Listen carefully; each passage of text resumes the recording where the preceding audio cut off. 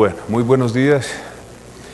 La mayoría de personas asistentes, antes que agradecerles igualmente a la Aeronáutica Civil, que tuvo la gentileza de invitarnos, más que a mostrar lo que veremos ahora, destacaría lo oportuno de este foro y lo oportuno del momento. Yo creo que los aquí presentes, si no se dan cuenta, es bueno que tengan plena conciencia que el momento que estamos viviendo en este minuto no es un momento ni es casualidad lo del foro. ¿Por qué? La infraestructura como tal que está acá y que ustedes van a poder ver enseguida, pues no es ya novedad. Las épocas de los conflictos que dieron tanta comidilla, pues ya parecen haberse quedado en el pasado, al igual que muchos sectores y muchos sitios de lo que ocurrió, pues para el país ya el dorado no está tan de moda y se da como hecho que toda la infraestructura aeroportuaria del país, labor que viene adelantando la Aeronáutica Civil desde hace 10 o 15 años, desde el Plan Maestro del año 2000, pues ha sido realmente una política exitosa porque ha puesto al país de nuevo en una situación de infraestructura, de medios, control de tráfico aéreo, terminales, pistas, calles de rodaje, diríamos que en un nivel más que aceptable para nuestra economía. Y lamentablemente cuando las cosas van bien, pasan de moda. Al pasar de moda la gente asume que eso es muy fácil, como decía el profesor Miranda ahora, que las obras son como muy fáciles, que pues, se hacen y ya. Y eso no es fácil. Y no es fácil no por el privado ni el público, sino porque el país ha ejecutado unas claras políticas y el marco funcionó. Yo diría que la mala noticia de una buena infraestructura aeroportuaria es que la gente cree que todo está hecho y que para el tráfico aéreo no necesitamos absolutamente nada, sino instalaciones que nos den comodidad, facilidades para exportación, para movimiento de personas y que la tarea está hecha. Creería que es sumamente complicado desaprovechar esta infraestructura y desaprovechar todo el esfuerzo que se ha hecho, tomo un corto periodo de plazo, 10, 15 años atrás, y no pensar en lo que realmente ahora es obligación de todos los aquí involucrados. Los foros tienen siempre el peligroso veneno de que todos venimos con la incertidumbre de que nada va a pasar, y en efecto acá pues nada va a pasar, no se va a decidir nada. Pero sí se debe hablar y se debe escuchar a futuro lo que será para Bogotá, como generador de la mitad del Producto Interno Bruto de este país, la utilización que de esta infraestructura haga. El tema de la aerotrópolis, me preguntaba un reportero ahora a la salida, si estaba o no estaba. Yo no soy experto como el profesor Casardas, no soy autoridad como el señor Castro, pero sí he visto que Bogotá desde hace mucho tiempo ha generado alrededor de su aeropuerto unos sistemas de economía y de negocios que funcionan. El sistema hotelero, el sistema de oficinas, el sistema de control aduanero y fiscal, el sistema de movimiento de carga y pasajeros. Digamos, no es una aerotrópolis, pero realmente tenemos los elementos con la única y notable ausencia de conectividad de la ciudad con el departamento, con los puertos y con los centros de producción, pero no es nada del otro mundo. Yo creo que la conectividad con metros ligeros o trenes de cercanías, con el resto de unidades de producción, sobre todo en la sabana con exportación, no es nada del otro mundo, se puede hacer y los comités están creados, las autoridades son conocedoras. Y creo que llegó el momento, insisto, fuera de que esta infraestructura empiece a servir para el medio que es y que fue concebido y es el estímulo de la economía. Las 5 olas que el profesor nos mostraba en su primera exposición no son nada distinto a lo que la Cámara de Comercio mostró en un estudio del año 2004, donde situaba a Bogotá en esa época, hace ya casi 10 años, como en un pie en todo lado, que es nuestra maldición. Colombia en toda parte está en mitad de tabla en todo. No somos malos del todo, ni somos buenos del todo, y no salimos de un remolino de mediocridad que como es tan difícil, pues no hacemos nada, porque pues ¿para qué? O sea, si nos esforzamos, pasamos del 87 al 72, y si no hacemos nada, pues caemos del 87 al 94, entonces pues vámonos para la finca el fin de semana, no hace falta, ¿no? ¿Para qué matarse? ¿Para qué esforzarse? No vale la pena. Entonces, esta infraestructura, sin hacer más atractivo a Bogotá, no tiene sentido. No tenemos ferrocarriles, no tenemos autopistas. Es sencillo tenerlas. Nos estamos matando a nivel legislativo, creería yo, sin necesidad. El Dorado ha demostrado que dentro del marco legal nosotros no cambiamos leyes, la aeronáutica tampoco. Hemos tenido controversias dentro del marco de ley que han permitido que la inversión fluya, que los privados ejecuten lo que el Estado les contrató. No hemos tenido mérito distinto a contar con una autoridad que ha sabido con paciencia aprender, al igual que nosotros, cómo utilizar el marco legal vigente. Creemos sinceramente que son excusas hablar de comunidades, de compra de predios y de legislación ambiental para no hacer los proyectos. No creemos en eso. Aquí se ha hecho con comunidades, con legislación ambiental y con el marco legal de contratación. No estamos esperando otra ley, no estamos esperando otro ministro, no estamos esperando a ver qué sol sale, no. Hemos hecho con lo que hemos tenido, de la mano de la aeronáutica civil, un proyecto que el país aún cree que es muy fácil. No es fácil. Nos ha tocado restituir con medios legales que suman más de 7.000 millones de pesos en honorarios de abogados. Hemos restituido más de 350.000 metros cuadrados de zonas que explotaban los particulares de manera ilegal por más de 40 años. Hoy el Estado renta de un esfuerzo por el que pagó y ha sido retribuido. Por lo tanto, creemos. ¿Cómo creemos? En efecto, El Dorado tiene un papel hoy como aeropuerto, con la autoridad distrital, con la aeronáutica civil, la Agencia Nacional de Infraestructura, la gobernación del departamento y el Ministerio de Comercio, mucho más importante, y es el tema de atractividad. Yo voy a mostrarles al principio, para mí, la caída del mito de que Bogotá es una economía invencible. Como hemos crecido en un país tradicionalmente aislado de corrientes migratorias, de flujo de ideas diferentes, no es normal que un país como este, a diferencia de los vecinos, no haya tenido una sola corriente migratoria en 200 años distinta a la corriente migratoria sirio-libanesa de primeros del siglo XX. ¿Por qué? Porque somos un país colonial. Y de la misma élite española de la colonia que se mantiene, nos ha mantenido aislados para preservar pequeños monopolios que nos han venido aislando lentamente del mundo. El caso de Bogotá, si ustedes empiezan a ver el top 10 del tráfico total, pueden ver que los crecimientos de aeropuertos que empiezan a dormirse decrecen y decrecen rápido. La frase de que una ciudad construida para ser veloz es una ciudad exitosa es una frase realmente válida para Bogotá. Bogotá no fue concebida para ser veloz, Bogotá fue concebida para protegerse y defender un poder chiquito que se mantiene todavía y permite que el país siga completamente aislado. Es muy difícil romper un círculo inercial como el que nos muestran estas ciudades, y si ustedes notan lo que pasa con Frankfurt, que es un ejemplo, pero Frankfurt decreció, salió del top 10. La mayoría están con crecimientos bastante modestos, los que no están haciendo mercadeo.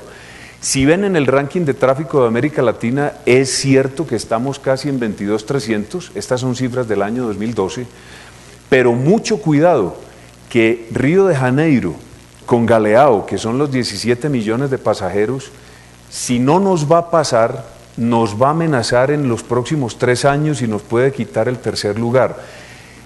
Bogotá con Río en teoría no tiene puntos de comparación para competir, pero los tiene muchos, porque Río sufre de problemas de violencia muchísimo más graves que Bogotá, pero nadie deja de viajar a Río por problemas de violencia, porque es una ciudad que se ha sabido vender como lujuriosa, exótica, atractiva, llena de oportunidades, calor, no sé, los que quieran buscar sus cosas las encuentran, en fin, es una ciudad agradable, exótica, todo el mundo sueña con ir. Bogotá no tiene ni historia, ni monumentos, ni tradición que la hagan diferente, vuelvo a la mitad de tabla a la que hemos venido acostumbrados siempre. Es una ciudad de sobrevivir, no es una ciudad de atraer. Por lo tanto, en ese ranking, si ustedes empiezan a ver, si yo pongo los tránsitos en internacional, Bogotá es la séptima, no es la tercera. De manera que hay gente en el vecindario y muy cercano vecindario a los que tradicionalmente hemos subestimado y hemos creído que nuestra economía y capacidad de generación de riqueza es mayor, y estamos viendo que ciudades como Cancún, que hace 20 o 30 años ni existía en este mapa, ya es la segunda. 10 millones de pasajeros en un sitio que hasta hace 20 o 30 años eran rocas, un monumento de ruido y unas playas azules, no había más allá. Ya tiene 10 millones de pasajeros. Buenos Aires, que por tanto tiempo fue demeritada como una ciudad absolutamente incapaz de generar obras o tráfico, con la entrada de Aeropuertos 2000 no solo está demostrando que fue capaz de posicionar a Ezeiza como un sitio lejos del mundo, pero están llevando tráfico y están exportando su modelo a nuevos aeropuertos con la victoria que tuvieron de la licitación de los 3 aeropuertos brasileros.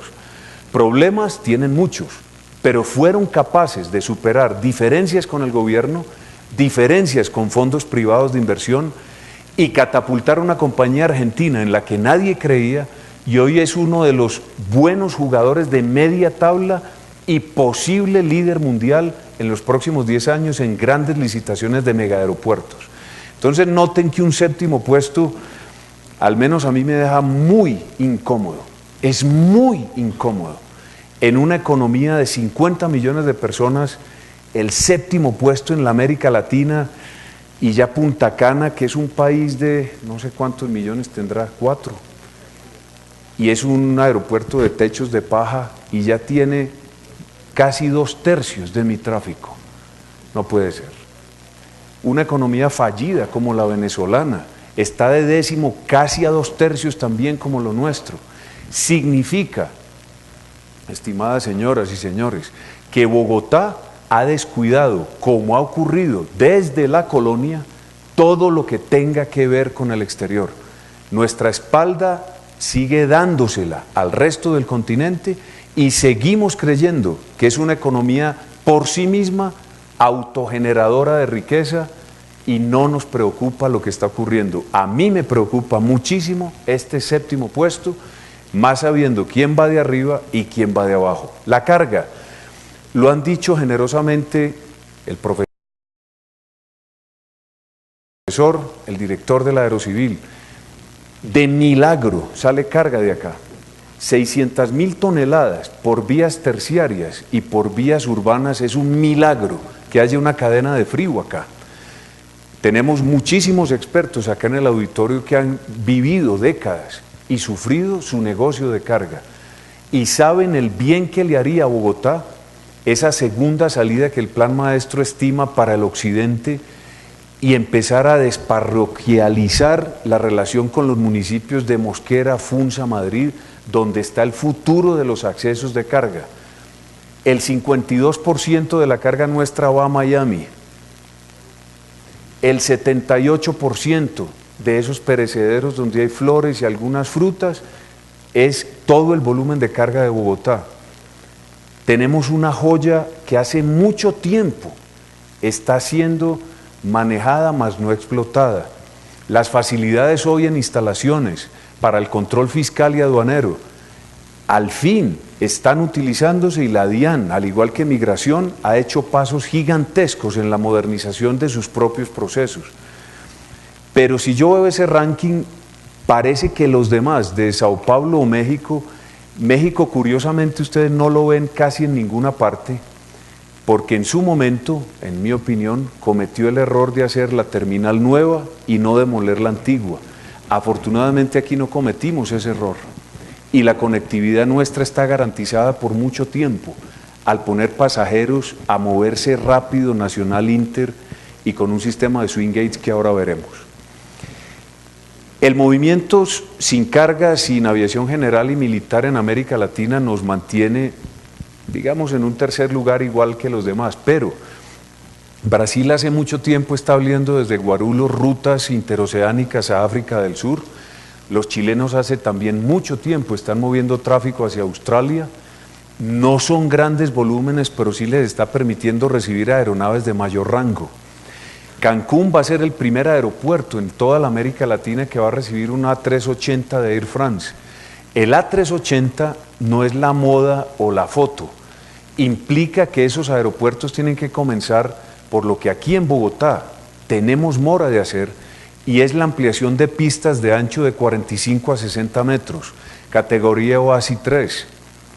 Y después de Cancún va a venir Guarulhos, porque el tráfico que está creciendo entre las economías emergentes de África, África del Sur, Nigeria, que aún con su nivel de corrupción altísimo, le queda mucho más sencillo salidas por el sur del continente que las muy congestionadas rutas de tráfico europeo hacia Estados Unidos. Entonces, ojo, porque nuestro ranking de movimientos también peligra, porque la flota que está creciendo en Bogotá es una flota Charlie de medio rango. No tenemos aviones de gran capacidad. La altura de Bogotá es un enemigo fatal que vamos a empezar a verlo ahora si no hacemos la ampliación de pista. Aún con la ampliación de pista, como ocurrió en Quito, que tiene una longitud mayor a la nuestra, cuando Quito tenga su autopista al aeropuerto va a ser un enemigo temible para las aspiraciones de Bogotá. El hecho de que los socios de Opaín no hayan sido calificados dentro de los 10 primeros para el aeropuerto de Barranquilla es un golpe fatal para Colombia, no para los socios, porque curiosamente los socios de Opaín tienen 98% de sus negocios en carreteras, lamentablemente, y no han visto todavía el potencial aeroportuario. Son colombianos, como ustedes y como yo. Pero si no calificamos en Barranquilla, estamos muertos, porque la opción de pegar Bogotá y Barranquilla para aeronaves de gran distancia fue un duro golpe a la economía de Colombia. Porque si yo tengo capacidad comercial de estimular vuelos de gran distancia como Etihad, Emiratos, Turkish, Alitalia, British, y que aterricen en Barranquilla y los pueda recibir una alianza como Star, SkyTeam, OneWorld en Barranquilla, no tengo problema en que Bogotá sea alto.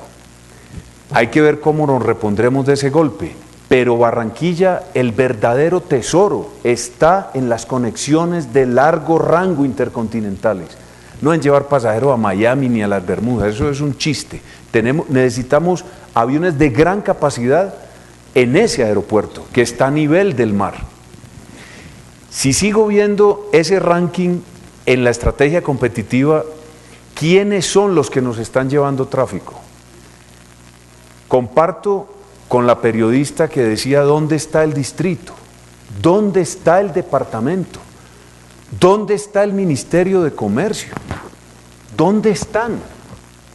Porque el negocio nuestro como privados es entregar lo que la autoridad colombiana nos encargó.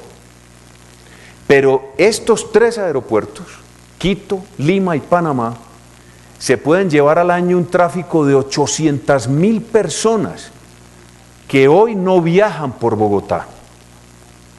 Esta estrategia golpea durísimo a la economía de Colombia. Es normal, como ocurrió en la mayoría de escenarios de sectores productivos de la nación, en la entrada de la década del 2000, empezamos a recuperar el rezago. Es buena noticia tener una infraestructura aeroportuaria y aeronáutica acorde con hoy. La mala noticia es que, empezando por el vecindario, yo no me voy a poner a hablar de países que envidio, pero que no voy a ver vivo si llegamos a alcanzarlos. Y son, estas 3 economías tienen fuertes subsidios del Estado, muy duro apoyo económico del gobierno y de los sectores de producción, distinto a lo que ocurre en Colombia y en Bogotá. Aquí hablar de estimular una aerolínea para que venga o a estimular aerolíneas activas para que sea más competitivo el aeropuerto es un mito. Se nos mira con desconfianza y con suspicacia. Estoy también convencido positivamente que este foro retrata los retos que nos esperan a futuro y no es infraestructura. Si ustedes se ponen a ver, voy a hacer una breve síntesis de Panamá, Quito y Lima. Todos están creciendo y a ratas importantes. Un crecimiento del 20% para un país con 4 millones de pasajeros es notable. No es un secreto el esfuerzo que mancomunadamente hacen el gobierno y su aerolínea hub en ese destino. No es un secreto que las ampliaciones de capacidad no obedecen a vender más artículos de duty free, aunque el duty free de Panamá vende $52 por persona. De eso, en un modelo de concesión como el nuestro, le quedarían al gobierno colombiano $26 en un cheque. Aquí pasamos de $7 en 2006 a $23 en promedio hoy. No está mal, pero podríamos recibir el doble, sin ser el objetivo prioritario. Si uno sigue viendo en Panamá, las principales rutas, Colombia está en la mancha verde que ustedes ven en la parte baja, Bogotá, Medellín, Cali, Cartagena, Barranquilla, Pereira. Es una estrategia exitosa de tomar tráfico de nuestra economía para un hub que está sacando su mejor ventaja competitiva. Estas cifras no mienten. Si ustedes ven a su izquierda lo que ha significado el crecimiento de la ruta de Bogotá para la ciudad de Panamá, es brutal. O sea, no hay una sola línea que crezca como crece Bogotá y no frena. Igual vamos a ver en Quito y en Lima. Si uno va a Quito, decía, tiene por ahora algunas limitaciones, pero ya Aeropuertos de Houston, que es su mayor accionista, está contratando los 6.000 metros adicionales de terminales para albergar más aerolíneas. American está reforzando poco a poco sus conexiones con Quito. Hay que tener atención porque al tener una operación en Quito con limitaciones, pero con pista más larga, es un competidor peligroso.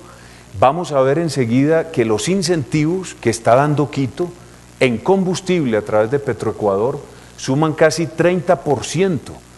Por supuesto, Ecopetrol no da un solo centavo, y confieso que yo no he ido a pedirlo, pero creo que es hora de empezar a pedir subsidios, porque ya hemos hablado con el Ministerio de Comercio.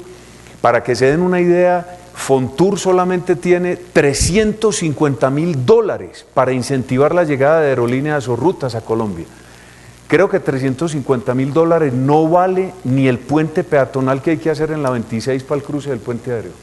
Ese puente aéreo vale $1 millón. Y el gobierno de Colombia tiene $350.000 para crecer los turistas de 3 a 4 millones de pasajeros. La meta del gobierno del presidente Santos siempre ha sido 4 millones de pasajeros, de turistas. El gobierno el primer año, recuerdo una charla a la que fui, el presidente molestaba al ministro y decía, pero 5 mínimo. Es muy modesto, es muy chiquito, muy pobre. Entonces, si estos tipos nos están machacando en rutas, en incentivos, en hacer atractivo su país, nosotros no. Si ustedes siguen viendo Lima, Lima viene siendo bien operado, bien manejado por otro socio muy fuerte, que son los aeropuertos de Frankfurt, que es su socio operador. Estos tipos saben, han sacado lo mejor de una economía que, al igual que la colombiana, era una economía fallida por guerrilleros hasta finales del siglo pasado. Al igual que nosotros, han hecho un gran esfuerzo y han tenido económicamente un éxito en empezar a venderse. Diferencias de Lima y Perú con Colombia. Perú tiene historia. Perú fue cuna de imperio. En Perú hay ruinas, hay tradición. Está Cusco, está Machu Picchu. tienen ruinas, hay excavaciones arqueológicas, está en el mundo civilizado posicionado como un país de enorme potencial. No se oyen guerrillas, no hay bombas, no hay secuestros, igual que acá, hacia afuera. Pero tienen la gran ventaja que no tenemos. Entonces, miren, hablo de un aeropuerto mancomunado, gobierno, aerolínea y sector económico como Panamá. Un gobierno que en el caso peruano puede ser igual de tibio aún en el tema de subsidios como Colombia, pero tiene ventajas que no tenemos. Tienen historia, tienen atracción positiva como país que no tenemos. Y en el caso de Quito, un gobierno que con lo que tiene, que es un país en pequeña escala, pero de producción de petróleo, está incentivando con lo que tiene. Y las aerolíneas hoy no les cuesta nada buscar los sitios donde haya mejores atractivos para poder aterrizar. Si ustedes ven desde Lima igual, Bogotá es el cuarto destino, creciendo. Medellín está algo lejos, pero no se demora. Las aerolíneas que están viendo rango medio están viendo sitios y destinos como estos tres que acabo de decir. Y miren la referencia de los planes de incentivos hoy entre esos aeropuertos y nosotros. Lima subsidia 100% por 2 años del landing fee.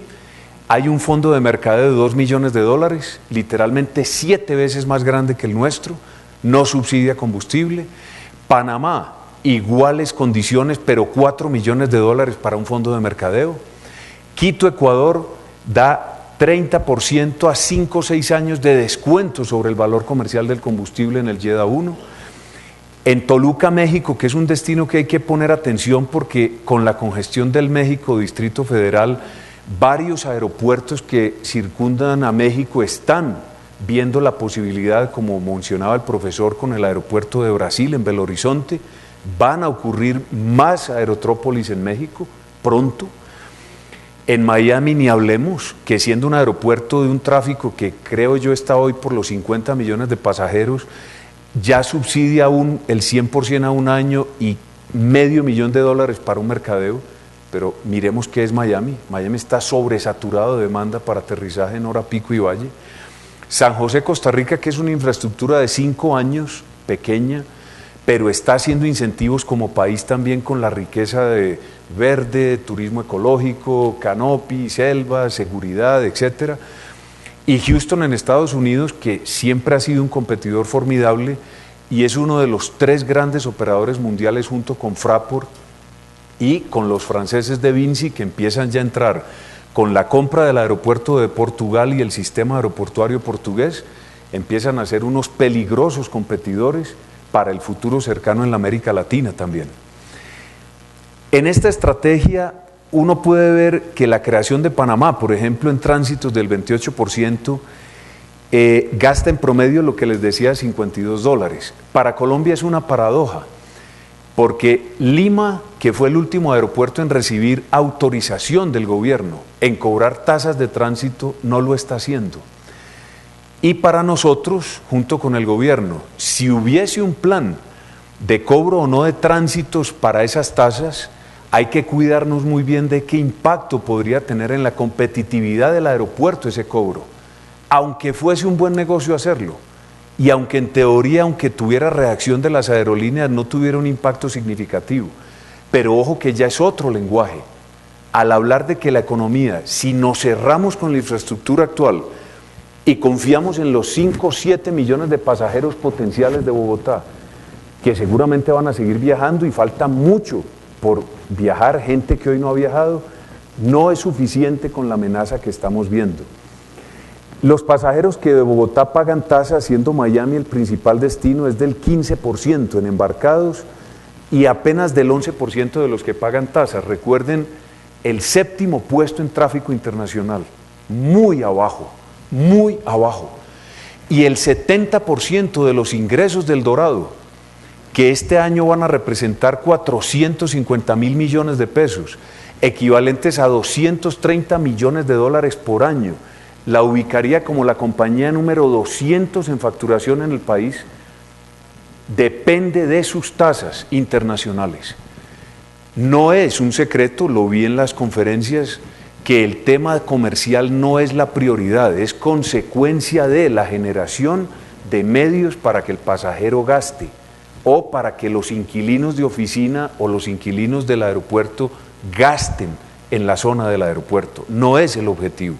Y les confieso que es uno de los grandes dilemas con los socios de Opaín, hacia dónde dirigir estratégicamente el aeropuerto para ser atractivo o no, sin mermar su rentabilidad. Si ustedes ven, pasaré muy rápido por los tráficos actuales, hay unas rutas servidas, que es la primera barra en la parte superior, y la barra de abajo son destinos no servidos hoy en USA y en Canadá. Hay muchos centros que todo el mundo está compitiendo por ellos. La apertura de la ruta Dallas, que hará American en el mes de noviembre, tiene un enorme valor para Bogotá. Recibimos una visita del aeropuerto de Dallas la semana anterior. Estamos invitados a empezar a conocer formas de mercadeo distintas de estos aeropuertos, porque cada vez que una aerolínea abre una ruta desde su hub, estos aeropuertos viajan. Yo llevo 6 años al frente de la concesión. Jamás he viajado fuera de Bogotá. ¿Saben por qué? Porque no puedo. Es una notaría. Yo firmo 60 cartas diarias y en picos de los interventores firmo 80. Mi patrimonio, ojalá esté bien. Segundo, no puedo salir. Y no es posible que no miremos hacia afuera, siguiendo los pasos de la autoridad aeronáutica que está haciendo cielos abiertos, acuerdos, trámites para que las frecuencias sean. Se tiene que acompañar. Apenas empezamos a hacerlo hace un año. Se le dijo a la gente siempre que El Dorado no tenía capacidad. Sí hay capacidad. Las plataformas hoy son mucho más flexibles que en el pasado. Vamos a tener como único aeropuerto en América Latina el sistema de manejo de equipajes que permite conexión nacional e internacional automático, perfecto, perfecto, funciona, existe. Vamos a tener igualmente capacidad para mover en horas pico puerta swing nacional o doméstica o internacional según el tráfico. Nadie ha visto eso, nadie lo ha usado, existe, existe. Y le va a dar mucha flexibilidad al aeropuerto. El director decía con toda lógica que es imposible, en la respuesta que daba en el panel, no pensar en una coalición, como decía la diapositiva, o en una unión entre los 3 poderes. También oí con cierta ironía, pero me gustó, que éramos muy amigos de la administración distrital. Por supuesto, porque con el alcalde en 2 minutos, no tuve más tiempo, sí le pude contar que con el Instituto Distrital de Turismo estamos empezando a hablar de cuáles pueden ser los subsidios de Bogotá para hacer más atractivo a Bogotá, como con la ministra de Transporte, que hiciera el puente debido, como ya se está trabajando con el Ministerio de Comercio, para disparar esos 350.000 a 3.500.000 y luego a 35 millones de dólares. Eso es posible y es necesario porque, repito, no tenemos mucha competitividad si vemos el vecindario cercano. En Europa igual hay una cantidad de rutas que por supuesto es un tema más complejo, es un espacio aéreo saturado. Centroamérica y Caribe hay que prestar mucha atención. El Salvador, siendo un país muy pequeño, ha venido ya 4 veces con misiones de su homóloga, como se podría llamar allá la agencia de infraestructura de ellos. Llevan 4 misiones en 6 meses para explorar, sin interferencia de aerolíneas, cómo podrían hacerse competitivos a su manera. Están trabajando. No conozco Guatemala, desconozco los otros países, pero si un país como El Salvador, que viene de una historia de violencia fuerte, se está moviendo, creo que también. Yo acá pues no voy a detenerlos en un cuadro que es bastante pesado, pero representaría solo para El Dorado 10 millones de dólares el año entrante, 10 millones de dólares solo en aumento de frecuencias y nuevas rutas. La aerolínea principal del Dorado, que detenta el 60% del tráfico, crecerá en nuevas frecuencias 17% este año. Tenemos que cambiar el lenguaje y tenemos que incentivar y hacer más competitivo lo que hasta ahora ha sido una cordial lucha de intereses. Debemos entender mejor las aerolíneas porque consideramos que al ser el motor, el tráfico del crecimiento para esta economía, nuestra visión hasta ahora era poder replicar el modelo en la América Latina con los socios. Lo estamos pensando, creeríamos que debemos hacer atractivo para las aerolíneas y los operadores El Dorado, siendo El Dorado un imán necesario para gobierno distrital, departamental y nacional. ¿Cómo podemos hacerlo atractivo? La pregunta de la moderadora fue muy interesante y es la que empecé con el foro. ¿Cómo se puede volver esto realidad? Es aparentemente complicado, pero yo creo que la experiencia de la aeronáutica civil, con sus concesionarios en mayor o menor proporción, sí ha demostrado, repito, que el marco legal no es excusa, ni el tema ambiental, ni las comunidades, para que la infraestructura se ejecute, pero con la vista puesta en la atractividad.